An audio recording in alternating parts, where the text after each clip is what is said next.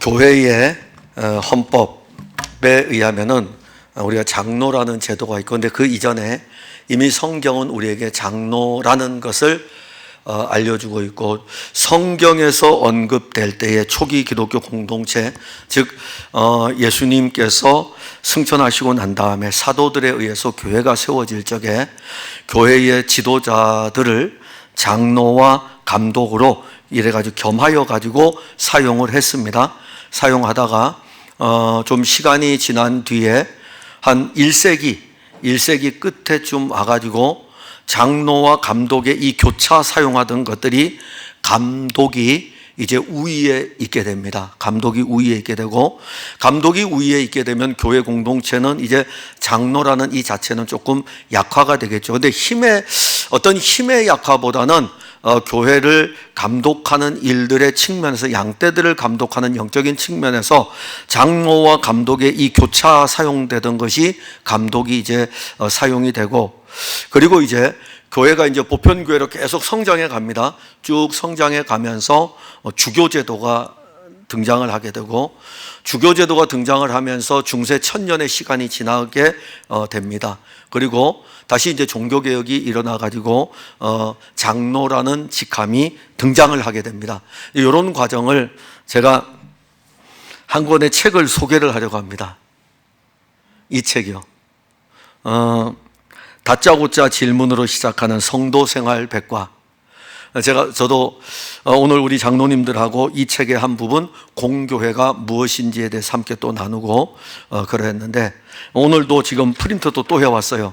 이 부분을 그대로 제가 읽어드리면서 장로가 무엇인지, 이 책을 쓰신 분은 이성호 교수님인데 고려신학대학원에서 역사학을 가르치는 교수님이셔요. 그런데 장로교를 다니는 사람들에게 있어서 교리적인 측면이라든가, 그 다음에 교회에 있는 장로 안수집사는 무엇이고, 그리고 또 성찬에 대한 부분이라든가, 하여튼 다양한 이 부분들이, 우리가 궁금해할 수 있는 부분들을 성경적으로 또 교회의 전통을 따라 가지고 가장 잘 요약을 해 놓은 것 같습니다. 아마도 우리 재직 세미나가 2월 말에 있을 텐데, 2월 말에 있을 재직 세미나는 이것이 주 교재가 됩니다. 주 교재가 돼가지고 교리 부분은 언급하지 않고, 시간의 한정상 교리 아닌 교회 공동체에 대한 부분에 대해서만 여러분들에게 아마 재직 세미나 때 교재로 사용을 할 것입니다.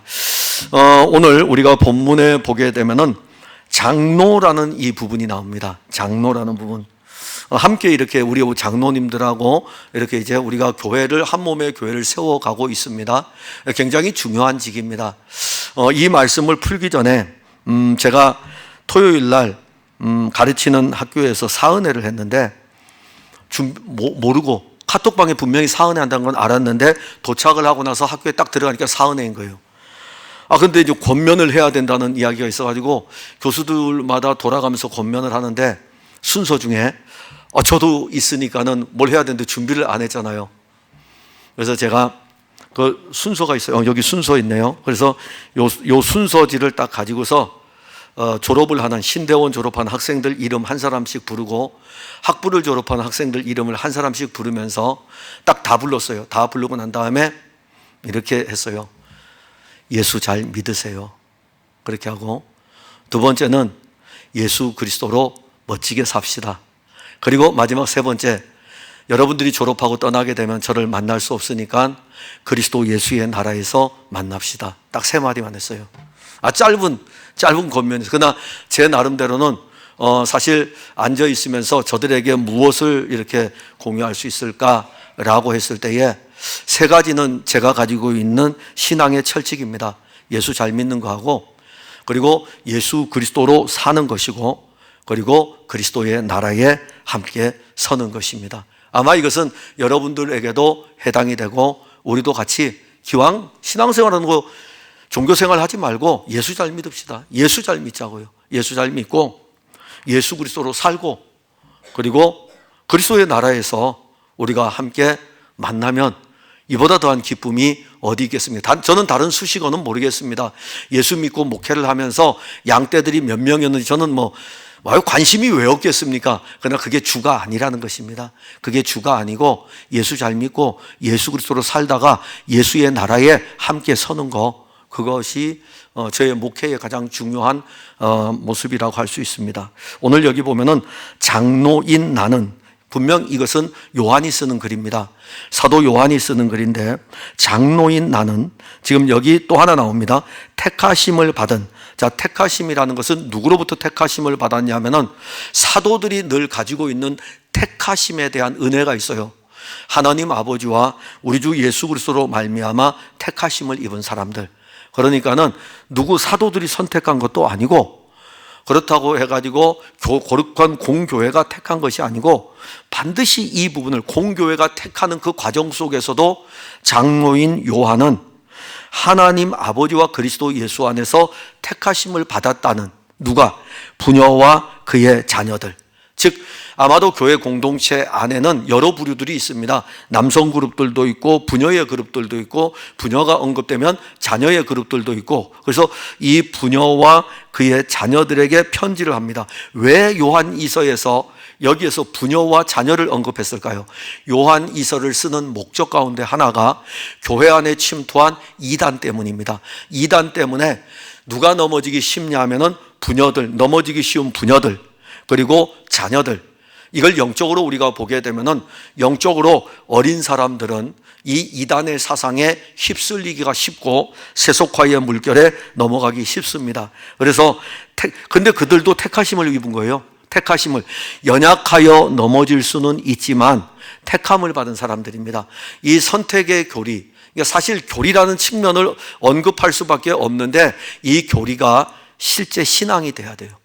그러니까 교리를 교리로만 받으면 안 되고 교리가 신앙이어야 돼요. 왜냐하면 이 모든 교리는 성경에서 나오는 것이기 때문에. 그러면 선택에 대한 교리는 어디에 있습니까? 하나님이 아브라함을 선택하시고 이삭을 선택하시고 야곱을 선택하시고, 하나님의 선택의 교리는 성경 안에 무궁무진하게 많습니다. 택하심의 은혜인 것이죠. 이 택하심의 은혜로 영적으로 어린아이 같은 사람이 있기 때문에, 이들이 넘어질 수 있기 때문에 이들을 향하여 가지고 편지를 합니다.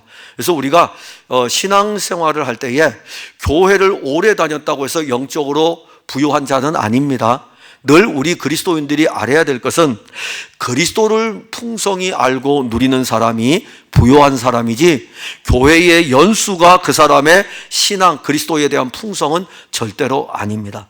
그러나 오래 다님으로 인해 가지고 그리스도의 말씀에 적셔지는 사람은 분명 그 사람은 다른 어떤 사람보다도 그리스도의 부요를 누릴 것입니다. 그래서 그 부녀와 그의 자녀들에게 편지하는데, 참 이 말씀을 우리가 하나하나 보게 되면, 내가 참으로, 장로인 요한이 내가 참으로 사랑하는 자요 나뿐 아니라 진리를 아는 모든 자도 그리하는 것은, 자, 택하심을 받은 부녀와 어린 자녀, 그의 자녀들에게 편지를 하는데, 그들은 누구냐 하면은 택하심을 받은 부녀, 그의 자녀들, 그들은 내가 참으로 사랑하는 자다. 장로가 참으로 사랑하는 자예요. 요한이 참으로 사랑하는 자예요. 이거는 요한 개인의 감정이 아닙니다. 개인의 감정으로 사랑하는 게 아니에요. 우리가 교회 공동체 생활하면 교회 공동체는 꼭 이렇거든요. 나하고 의견이 맞으면 그 사람 사랑하는 거예요. 나하고 의견이 맞지 않으면 그 사람하고 등을 돌리는 것입니다. 그런데 교회는 그렇지 않습니다. 교회는 결코 사람의 관심을, 사람을 중심으로 모이는 곳이 아니고, 교회는 그리스도가 함께 그리스도가 공동체가 돼가지고 그리스도로 연결되는 것입니다. 그래서 우리 장로님들은 이 지금 장로인 사도 요한이 이 편지글을 쓰고 있는 것은 무엇을 알려주냐면은, 우리 장로님들은, 저도 그렇고, 그래서 제가 오늘 같이 특송을 불렀는데, 장로들이 분명히 우리가 살펴봐야 될 것은 그리스도 예수로 사랑하는 자들을 이렇게 연결하는 이 부분을 우리가 맡은 거예요. 사실 맡은 것입니다. 다양하잖아요. 이때 당시만 뿐만이 아니라 그때도 그랬고 지금도 그랬고, 교회를 그냥 인간의 어떤 공동체로 만들어버려요. 이거 정말 주의해야 됩니다. 교회는 결코 인간의 공동체가 아니고 그리스도의 공동체입니다. 그래서 그리스도를 함께 나누어야 되고, 그리스도로 교통해야 되고, 그리스도로 세워가야 하는 것입니다. 그래서 내가 참으로 사랑하는 자, 택하심을 입었기 때문에, 또 하나는 나뿐 아니라 진리를 아는 모든 자도 그리하는 것은, 즉 내가 그들을 참으로 사랑할 뿐만이 아니라 나뿐 아니라 나와 같이 진리를 아는 모든 자. 여기 진리가 누구입니까?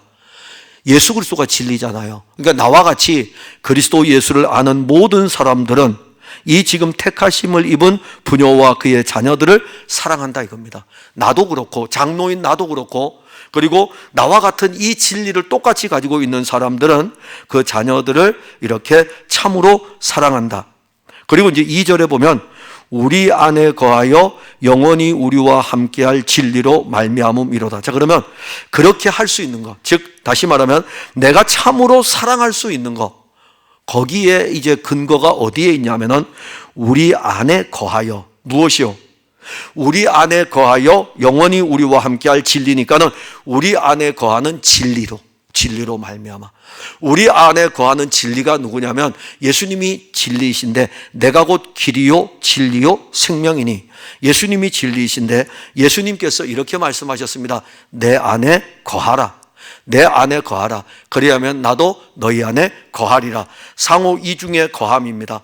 우리는 그리스도 안에 거하고 그리스도 예수는 우리 안에 거하는데 여기 2절에 보면 우리 안에 거하여 영원히 우리와 함께할 진리, 즉 우리 안에 거하시는 진리이신 예수님, 우리 안에 거하시는 진리이신 예수님으로 말미암아 우리는 택하심을 입은 부녀와 그의 자녀들을 사랑하는 것이고, 우리 안에 거하시는 그 진리로 말미암아 택하심을 입은 자녀들을 사랑할 뿐만이 아니라 그들과 한 몸의 교회로 세워져 가는 것입니다.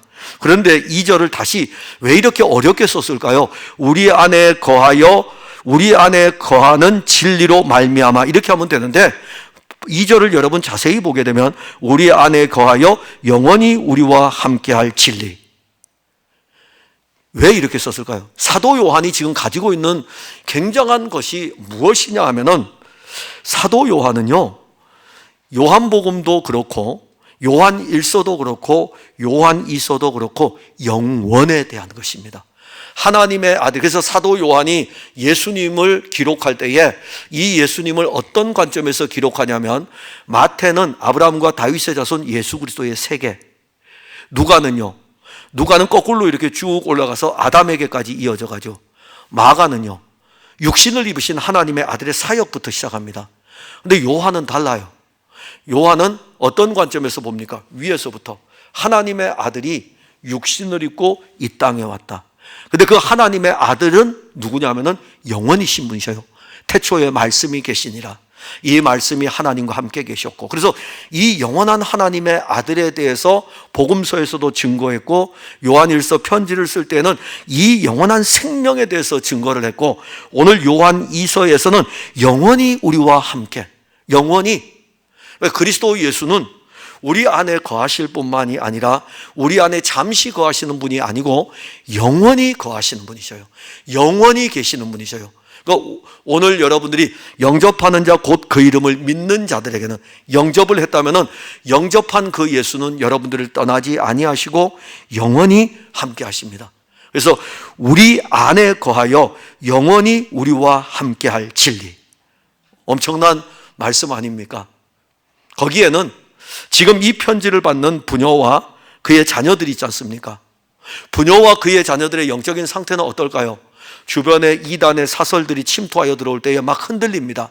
신앙 자체가 흔들리는 거예요. 그러니까 여러분들이 신앙생활 할 때에 흔들릴 수 있는 요소들이 충분히 있습니다. 환경으로 인해서 흔들릴 수 있고 사람으로 인해서 흔들릴 수 있고.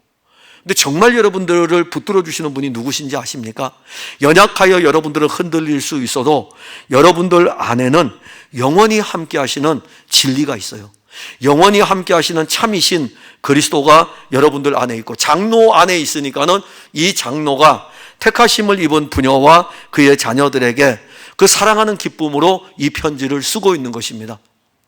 그러면 우리 오늘 장로님들은 내 안에 누가 계신 것을 알아야 되냐면, 우리 장로님들은 내 안에 거하시는 예수님, 내 안에 거하시는 이 예수님은 영원히 나와 함께 하시는 예수님이셔요. 그리고 이 예수님은 영원한 생명이시고 이 예수님은 하나님의 아들이셔요. 그 영원하신 그분이 내 안에 거하면서 영원하신 그분이 내 안에서 일을 하기 때문에 부녀와 그의 자녀들에게 편지를 쓸 때에 이렇게 편지를 쓰는 거죠. 내가 참으로 사랑하는 자다. 왜냐하면 똑같이 가지고 있기 때문에. 즉 장로로서의 직임을 감당해야 되는 것은 영적인 것이 우선입니다. 영적인 것이 우선이에요. 제가 여러분들하고 사역을 할 때에 제가 여러분들의 육적인 것이 우선이겠습니까? 영적인 것이 우선이겠습니까?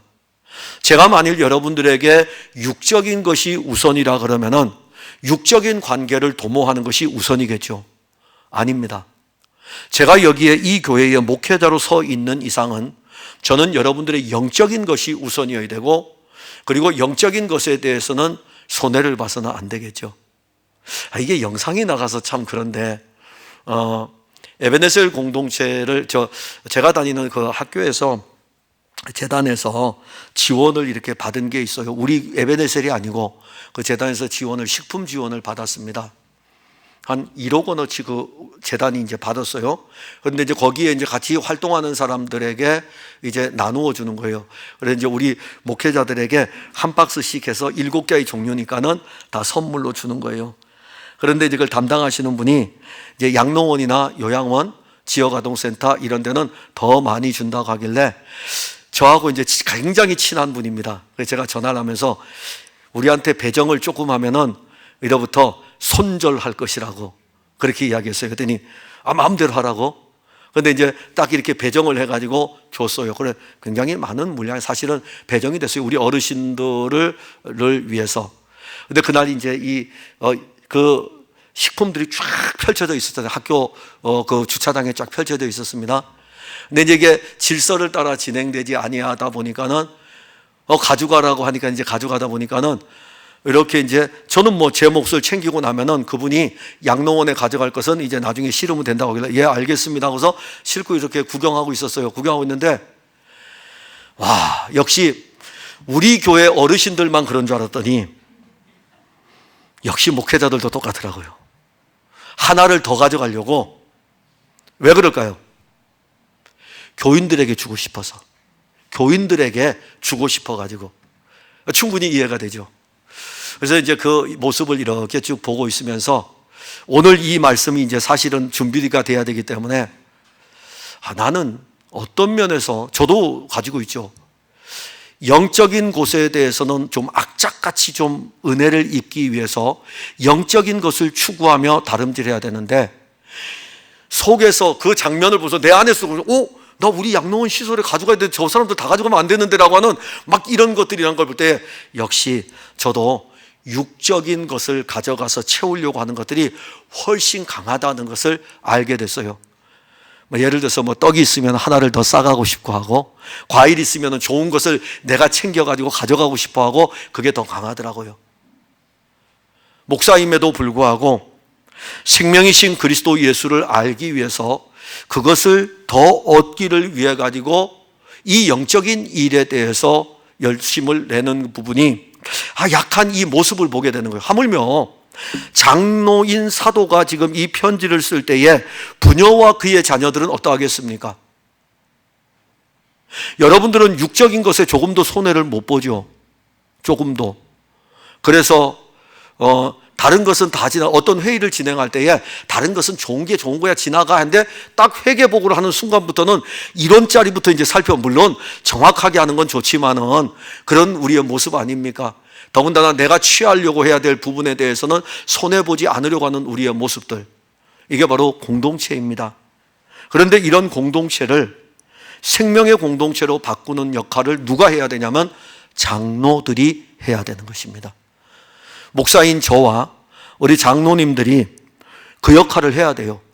육적인 공동체로 가려는 것을 생명의 공동체로 이끌어 가야 됩니다. 그래서 그걸 이끌어 갈 수 있는 힘은 장로에게 있는 것이 아니라 장로님들 안에 거하여 영원히 장로님들과 함께할 진리이신 그리스도로 말미암은 것입니다. 그가 우리 안에서 일하시는 거예요. 그리고 그 은혜가 얼마나 크냐면 3절에 보면 은혜와 긍휼과 평강이. 자, 여기 단어로만 나와 있어요. 은혜와 긍휼과 평강이. 이 은혜는 누구입니까? 이 은혜는 뭡니까? 선물이잖아요. 이 은혜는 우리에게 값없이 주신 거예요. 이 은혜의 선물이 누구를 가리킵니까? 은혜도 예수 그리스도, 긍휼도 그리스도의 긍휼이, 평강도 그리스도의 긍휼이. 즉 하나님의 아들은 은혜 자체이시고, 하나님의 아들은 긍휼 자체이시고, 하나님의 아들은 평강 자체이신데, 자, 이분으로부터 나오는 거예요. 하나님 아버지와 아버지의 아들 예수 그리스도로부터 은혜와 긍휼과 평강이 흘러나오는 거예요. 그래서 이것이 진리와 사랑 가운데서 장로에게도 있고, 그 장로가 지금 오늘 쓰고 있는 누구에게? 부녀와 그의 자녀들에게도. 그래서 우리가 함께 은혜와 긍휼과 평강이 있다라는 것을 알려주고 있는 것입니다. 그러면 요한일서에서 1장 1절부터 3절 그 뒤에 가게 되면 이제 문제점들은 언급이 되겠지만은, 항상 사도들이 편지를 쓸 때는 신령한 것을 먼저 이야기합니다. 영적인 것을 먼저 이야기합니다. 제가 여러분들 여기 지금 각 기관들 회장님들 계시고 임원들 계시죠? 교회 공동체가 세상 공동체하고 다른 점이 뭘까요?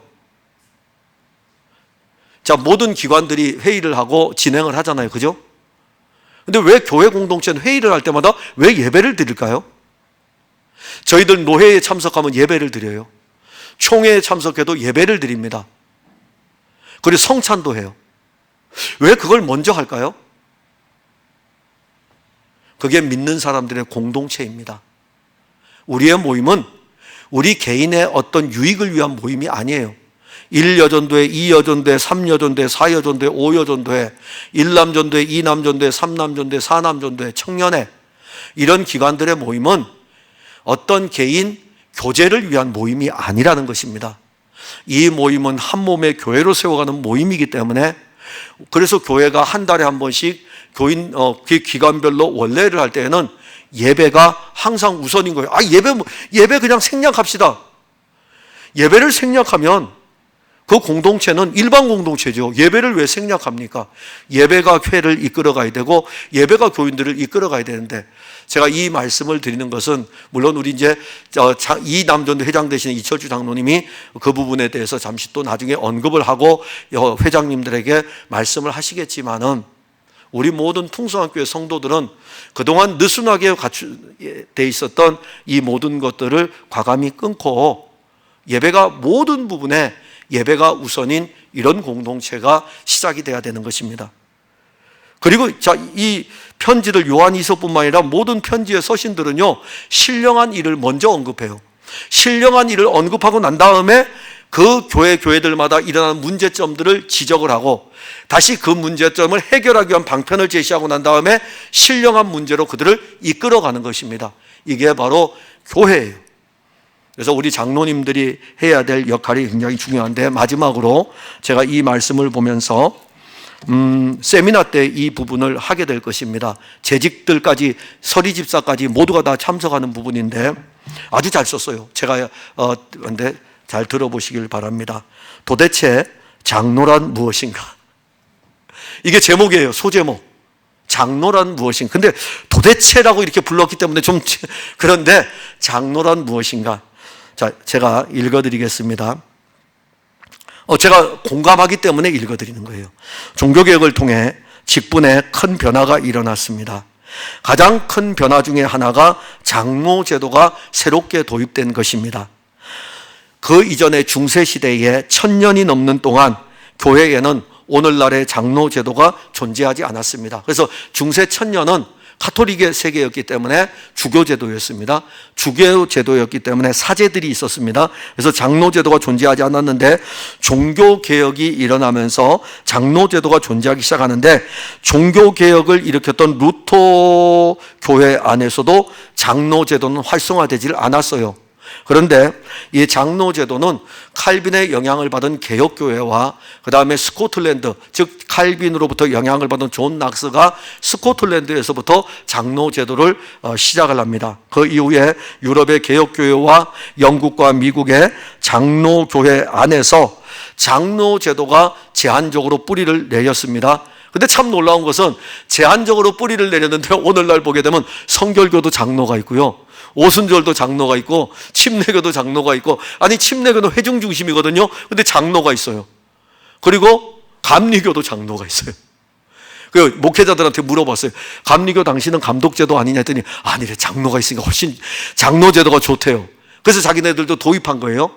그러니까 제가 장로교회가 우월하다고 그런 의미로 말씀드리는 것이 아니라, 이렇게 이제는 제한적으로 교회 역사에서는 칼빈의 후예들을 통해서, 존 낙스의 후예들을 통해서 영국과 미국에서 형성됐던 장로 제도가 이제는 보편적으로 모든 교단들에게서 사실 이제는 사용이 됩니다. 한국교회에서 장로교회가 급성장한 다른 교파보다도 한국교회는 유독 세계에서 장로교회가 급성장한 이유가 있는데, 그 중에 하나가 장로님들의 헌신입니다. 정말 한국교회에 앞서간 장로님들 보게 되면 무진장 많이 헌신했습니다.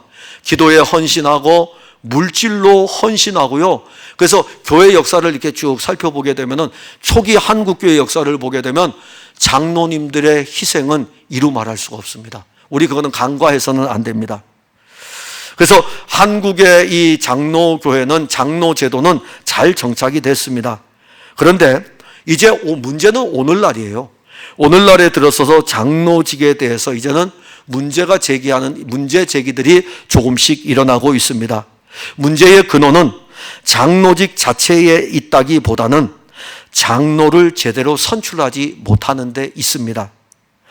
자, 이전과 같이 신실하고 헌신된 장로들을 세우기보다는 장로를 세울 때에 담임 목사의 마음에 드는 사람이라든가 교인들에게 인기가 있는 사람, 아니면은 심지어 돈이 많은 사람을 장로로 세우면 교회가 많은 일을 할 수 있겠다는 생각이 있어서 장로를 세움으로 인해 가지고 장로 제도에 지금 문제들이 조금씩 나타나는 것입니다.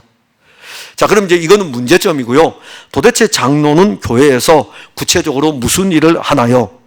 자, 오늘날의 장로직의 가장 큰 문제점은, 오늘 장로 헌신 예배이기 때문에 여러분들은 들으면서 장로님들은 그런 일을 하는구나라고 부르시면 되고, 장로님들은 역사적으로 내려오는 장로제도의 전통을 따라서 장로가 어떤 일을 하는 것을 들을 때에 우리도 그 일을 위해서 기도하고 힘써야 되겠구나라고 하면 좋을 것입니다. 장로는 교회에서 구체적으로 무슨 일을 하나요? 오늘날 장로직의 가장 큰 문제점은 장로가 무엇을 하는 사람인지 교인들이 알지 못한다는 것입니다. 설령 안다고 하더라도 실제로 장로가 그런 일을 하는 경우를 찾아보기가 드뭅니다. 장로 본연의 일에 충실하기보다는 부수적인 일에 몰두를 하게 됩니다. 아마 오늘날 대부분의 성도들은 장로를 생각할 때에 교회의 행정을 감독하는 것을 장로의 직무라고 생각할 것입니다. 맞아요. 틀린 말은 아닙니다. 그것은 장로가 해야 될 일이기도 하지만은 가장 중요한 일은 아닙니다. 일이기는 하지만 가장 중요한 일은 아니에요.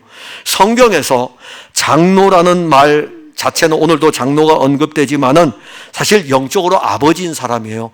영적으로 아버지인 사람이고, 한자로 쓰여지고 이 표현을 보게 되면 우리가 나이가 많은 사람 장로라고 했을 때에, 아니면은 노인을 의미하느냐, 물론 그 단어 자체는 그렇게 의미합니다. 그런데 여기서는 나이가 많다는 것을 의미하는 것이 아니고, 원래 장로라는 공식 직분명, 통상적인 직분, 그리고 장로 제도가 자리를 잡았을 때에 장로의 공식 명칭은 다스리는 자입니다. 교회를 다스리는 자예요. 치리자죠. 치리자, 다스리는 자입니다. 그런데 이제 우리가 부를 때에 다스리는 자님, 아니면은 치리자님 이렇게 부르면 좀 어색하잖아요. 좀 어색하기 때문에 장로님 이렇게 하고서 부르는 것입니다. 그래서 장로라는 이 직책 안에는 치리자는 용어가 들어 있습니다. 그러면 치리자라고 하는 다스린다는 것은 도대체 장로가 무슨 일을 다스리냐 이겁니다. 집에서는 아버지가 다스리는 자이죠. 그럼 교회에서 장로라고 했을 때에 다스리는 자인데 무엇을 다스리냐 이겁니다. 그것은 장로는 교회 공동체에서 목사와 더불어 교회를 영적으로 다스리며 돌보는 것이 바로 장로입니다. 그러면 가장 중요한 것이 뭘까요? 장로로서 가장 중요할 것, 교인들의 양떼들을 담임 목사와 함께 장로들이 살펴보는 것입니다. 그게 필요해요. 제가 노회의 고시부였잖아요. 그래서 제가 고시부 때 우리 교회에서 장로를 세웠어야 되는데, 그래야 시험 문제를 어느 거 난다고 알려줄 수 있는데, 제가 고시부였는데, 자, 고시부 때에 장로들 면접을 봅니다. 저는 장로고시 시험 문제는 안 내고 목사고시 때 논문을 담당했습니다. 근데 이제 장로고시 때도 면접을 같이 하는데, 면접을 할 때 제가 물어봐요. 장로님, 장로의 직무가 뭐라고 생각하십니까? 이렇게 물어봐요. 그러면 다양하게 이야기하죠. 저 이거 읽으면서요, 이분 저하고 너무나 똑같다. 제가 했던 것 중에 뭐냐면은, 담임 목사가 설교한 것을 양떼들을 살펴보면서 양떼들에게 이 말씀이 그대로 적용되고 있는지 살펴보는 게 장로의 직무입니다. 그게 영적인 원리입니다. 제가 장로들 고시 볼 때에 항상 그렇게 장로님들에게, 장로될 분들에게 그렇게 알려줬습니다. 여기에도 나옵니다. 즉 다시 말하면 장로가 해야 될 가장 중요한 일은 교회의 회원들을 관리하는데, 이 부분에 대해서 장로님들은 이렇게 이야기합니다. 우리 교회 장로님들 말고 이 책에 지금 그대로 써 있는데, 그건 각 교구나 부서를 담당하는 부목사님들이 하는 일이 아닌가요? 우리 모두가 다 그렇게 생각하죠. 자, 앞에서 우리가 장로가 본연의 일에 충실하지 못하고 있다고 말한 이유가 바로 이것 때문입니다. 부목사가 하는 일이 아니고요. 부목사가 하는 일이 아니고 장로가 교인의 회원들을 관리하는데, 그래서 장로는 목사와 함께 성도들이 믿음의 가정을 잘 이룰 수 있도록 지도해야 됩니다. 자, 여기서 여러분, 여기 평신도들, 장로 아닌 분들 잘 들으셔야 됩니다. 교인들이 불신자, 불신 배우자와 결혼하기를 고집한다면 장로회에서는, 당회에서는 과감하게 권징을 시행해야 됩니다. 우리 장로님들 알으셨죠? 불신 배우자와 결혼을 하게 되면 과감하게 권징을 시행해야 됩니다. 그리고 교인의 자녀들이 결혼하여 자녀를 낳으면 유아 세례를 받도록 지도를 해야 됩니다. 그래서 교육을 실시를 해야 됩니다. 그리고 목사와 협력하여 믿음의 자녀들에게 교리 교육을 잘 시켜서 모든 회중 앞에서 공적으로 신앙을 고백하도록 해야 됩니다. 이것은 뭐냐면, 입교한 이제 유아 세례를 받은 아이들을 성경을 통해서 교리 교육을 시켜가지고 이 아이들이 성년이 되었을 적에 교회 공교회 앞에서 자기들의 신앙을 고백하도록 해줘야 됩니다. 이게 바로 당회가 해야 될 일이고 장로들이 해야 될 일입니다. 무엇보다 장로는 교인들의 대표가 아닙니다. 우리는 흔히 교인들의 대표가 장로라 그러죠. 그래서 행정적인 측면의 접근이에요. 아닙니다. 이 교회의 대표는 예수 그리스도예요. 그리고 우리 풍성한 교회의 이 모든 머리는 예수 그리스도이십니다. 그럼 목사와 장로는 무엇이겠습니까? 목사와 더불어 장로는 그리스도의 종이라는 사실을 잊지 말아야 됩니다. 그리스도의 종이기 때문에 그리스도의 말씀과 성령으로 교회를 다스리는, 7위자잖아요. 그 말씀과 성령으로 교회를 다스려야 됩니다. 그래서 장로는 말씀을 보호하고 감독해야 됩니다. 이단이 교회 안에서 잘못된 설교가 선포되지 않도록 장로는 늘 깨어가지고 양떼들이 바른 꼴을 먹을 수 있도록 장로들은 말씀에 깨어 있어야 됩니다. 그럼 여기 말씀은 무엇일까요? 바로 설교와 성찬입니다. 그래서 말씀을 가르치는 설교 장로는 목사예요. 그런데 성찬은 담임 목사와 장로가 함께 시행하게 됩니다. 그러면 그리스도의 종으로서 장로는 가시적으로 내가 그리스도의 말씀을 다스리는 자로서 나타낼 수 있는 것이 뭘까요? 목사는 설교도 하니까요. 장로는요, 성찬이잖아요. 여러분들 눈에 보일 수 있는 영적인 이 다스림은 성찬인 것입니다. 그래서 이 성찬 때에 장로님들이 예복을 입는 이유가 그것 때문입니다. 그냥 우리가 구별하기 위해서 그냥 입는 게 아니고, 나는 이 그리스도의 종으로서 이 성찬의 떡을 뗄 때에 담임 목사와 장로가 함께 하나가 되어가지고 성찬의 예식을 진행하는 것입니다. 그리고 목사와 협력하여 주님의 살과 피를 교회의 회원들에게 나누어 주는 것입니다.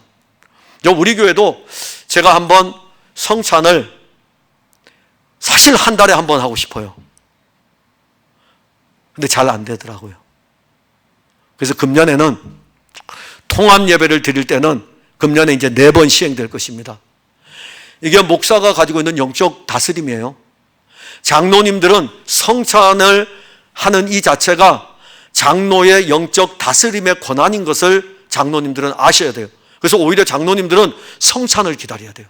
성찬을 기다리면서 성찬을 고대해야 되고 성찬을 통해 가지고 양떼들을 먹이는 이 일을 해야 됩니다. 초기 기독교 공동체는 매 주일마다 성찬을 했습니다. 그게 그들에게 번거로웠을까요? 아니요. 사람이 번거롭게 만드는 것이지 성찬은 은혜의 방편입니다. 성찬을 통해 가지고 그리스도의 살과 피를 먹고 마심으로 말미암아 영적인 은혜로 이끌어 가는 것입니다. 그러면 장로가 말씀을 보호하고 감독하는 본연의 일을 잘하기 위해서 어떻게 해야 됩니까? 이제 이게 중요하죠. 어떻게 그러면 해야 됩니까? 그래서 장로는 성도들을 위해서 열심히 기도해야 됩니다. 목사와 장로는 양떼들을 위해서 기도해야 돼요. 이게 장로의 본분입니다. 그리고 양떼들이 약하여 있을 때에 신방해야 되고, 아까 말씀드린 것처럼 예배 시간에 선포된 설교가 신방을 통해 가지고 양떼들에게 잘 적용되고 있는지, 그 삶 속에서 어떻게 실천되고 있는지 살펴보는 것입니다. 그러니까 오늘날 우리 교단도 목장교회들이 형성이 됩니다. 근데 제가 이렇게 살펴보니까 이 목장교회가 뭐냐 하면, 한 목장을 이루어 가지고 담임 목사가 증거한 주일의 말씀을 가지고 그 목장의 대표가, 목장이 누구냐면은 장로님들입니다. 그래서 장로님들이 주일에 선포된 이 말씀을 가지고 목장들에게, 목장에 있는 양떼들에게 물어보는 거예요. 이 말씀을 어떻게 들었는지, 이 말씀을 어떻게 받았는지 이렇게 살펴보는 것입니다. 그리고 그러면 이제 그 전주에 이 말씀을 따라 어떻게 살았는지 살펴보는 게 목장이 형성된 교회들입니다. 그래서 이제 제가 노회를 하기 때문에 우리 교단에 큰 교회들 많잖아요. 향상교회라든가 샘물교회라든가 이런 큰 교회들이 우리 같은 저기이기 때문에 그 장로님들하고 같이 앉아서 고시부에 이렇게 이야기하면은 다들 그분들 보면 목장 이야기를 하고 있어요.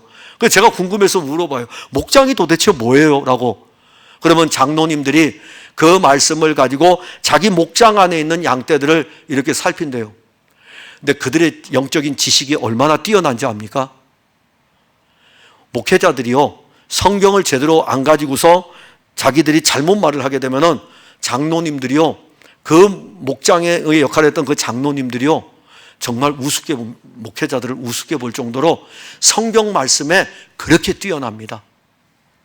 이게 우리가 그래서 우리 교회 풍성한교회 우리 장로님들도 이런 부분을 우리가 좀 보면서 양떼들에게 말씀이 들어가고 있는지를 살펴봐야 됩니다. 근데 이제 오늘날 우리가 어떻게 생각하죠? 이러한 일들은 부목사가 하는 것 아닙니까? 라고 할 수 있습니다. 아닙니다. 성경적인 원리는 부목사가 하는 것이 아니라 장로가 하는 것입니다. 장로가 양떼들을 살펴보는 것입니다. 이게 성경의 원리예요. 그래서 장로가 세워져 있는 것입니다. 그래서 이분은 이렇게 썼네요. 이거 안 읽으려고 그랬는데 이거 제가 읽을게요. 자, 그래서 이것은 부목사가 감당하는 것 아닙니까? 이렇게 이제 이야기를 하게 되면 이것은 엄밀한 의미에서 직무유기가 아닐 수 없습니다. 이대로 가다가는 상당수의 장로들이 한 달란트를 받고 한 달란트를 그대로 남긴 종과 같이 되어 주님께 책망을 듣게 될지도 모릅니다. 장로의 직무를 감당하지 않았기 때문에 책망은 주님이 하시는 거예요. 자, 이제 결론을 내리면서 우리 모두 성경으로 돌아가서 장로의 직무를 교회 안에 회복시켜서 우리 풍성한 교회가 아름다운 교회로 성장해야 되죠. 사람의 중심 교회가 아니라 그리스도가 중심이 되는 교회. 그래서 이 그리스도가 중심이 되는 교회의 영적인 치리자가 누구냐면 목사와 장로입니다. 그러면 이제 성도들은 우리 장로님들이 여러분들을 위해서 기도하고 여러분들에게 말씀을 가지고 이렇게 가르칠 때에 아멘, 아멘, 아멘으로 화답하면서 그 안에서 자라게 되면 이 풍성한 교회는 누구도 쓰러뜨릴 수 없는 교회가 되는 것입니다.